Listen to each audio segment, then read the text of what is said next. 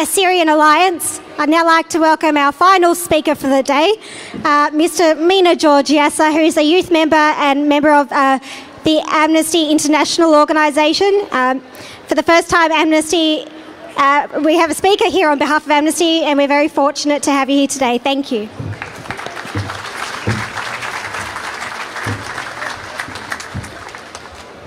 Thank you, Monica. My fathers and all the distinguished guests and everyone here. To be honest, it was very hard for me to actually write something. Officially, I'm here on behalf of Amnesty International, and I take that with pride. But personally, I am a son of Egypt, like most of you here today. As an Egyptian, I am angry. As a Coptic, I just want to cry. I want to cry for what's happening to our people. I want to cry for the continuing injustice. But in all the sadness, there is hope. Just looking out here now at all this crowd, all the eager faces, all the politicians in support, there's definitely hope here.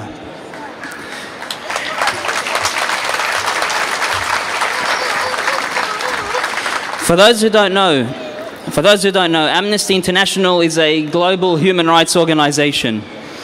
We've been around for 50-odd years, and officially, as part of that, one of the mottos that we had was fighting the bad guys. And today in Egypt, it looks increasingly like there's bad guys running the show. Amnesty was formed for the sole purpose of defending the rights of those who are marginalized and defenseless people around the world. One such people are the Coptic Christian community of Egypt. For years, this community has been made to feel marginalized and vulnerable within their own native country.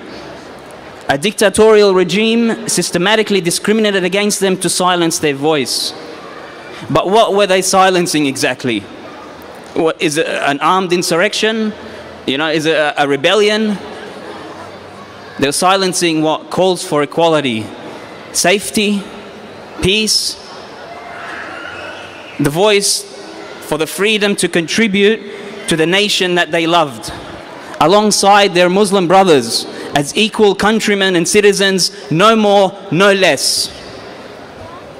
All these are hallmarks of democracy. All these are things that we hoped to see during the revolution. There was a revolution, wasn't there? There was a vote. Morsi was voted in, wasn't he? Mr. President, you can be voted out. Sadly, it's becoming clear day by day, massacre after massacre, that the Muslim Brotherhood, and at their head, the President, Mr. Mohamed Morsi, has no interest or not even an understanding of what democracy is. I remember standing in the crowd after the Maspero massacre, and I remember the Honourable Tony Abbott.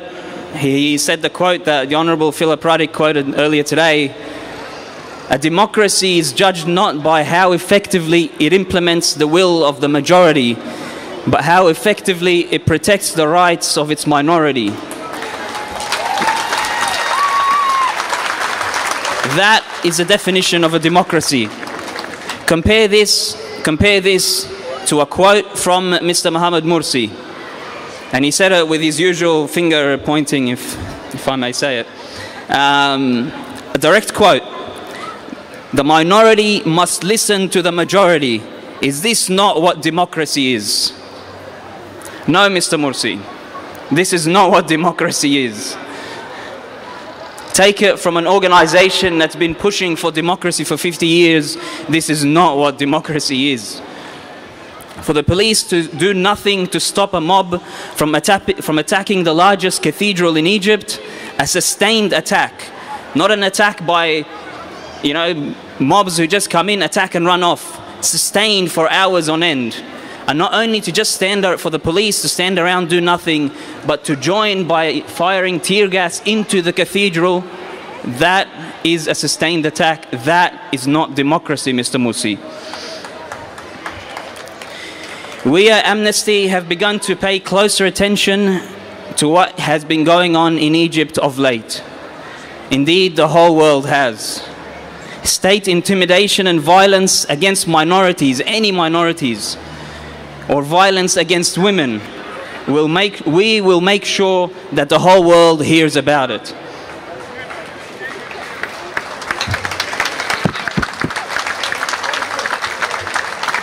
I had a bit more to say here about exactly what happened, but that's been covered by all the distinguished speakers earlier today. I want to just, go off the cuff a little bit and talk about what you can do as the people here. The worst thing that you can do is to feel good that you've come here to a demonstration, you've shared your voice, you've chanted, you've held up signs. The worst thing you can do is now go home and say, I've done enough. You have not done enough. There are still people suffering. There is still oppression going on. There are still people who are dying, yearning for freedom. So work is not enough. Please do not go home and think, all right, all is well now, and we'll meet again after another massacre. No. Enough has to be enough. Go home and do some work. Go home, look up these ACM mob. Join them. Do something with them. Look up Amnesty. Write to your politicians. Write to your member of parliament. Contribute to the energetic democracy that is here in Australia. Do something. Please do not go home and feel good. At the end of the day, I've been reading quite a bit about how the revolution started in Egypt. The revolution is still ongoing, but it started with a Facebook post. It started with a group of young people who've had enough, and they joined Facebook posts and they've contributed to it. And over time, that built up. And what the old regime has found, and what this regime will find, is that the power of the people is greater than the people in power. But make it happen. Thank you.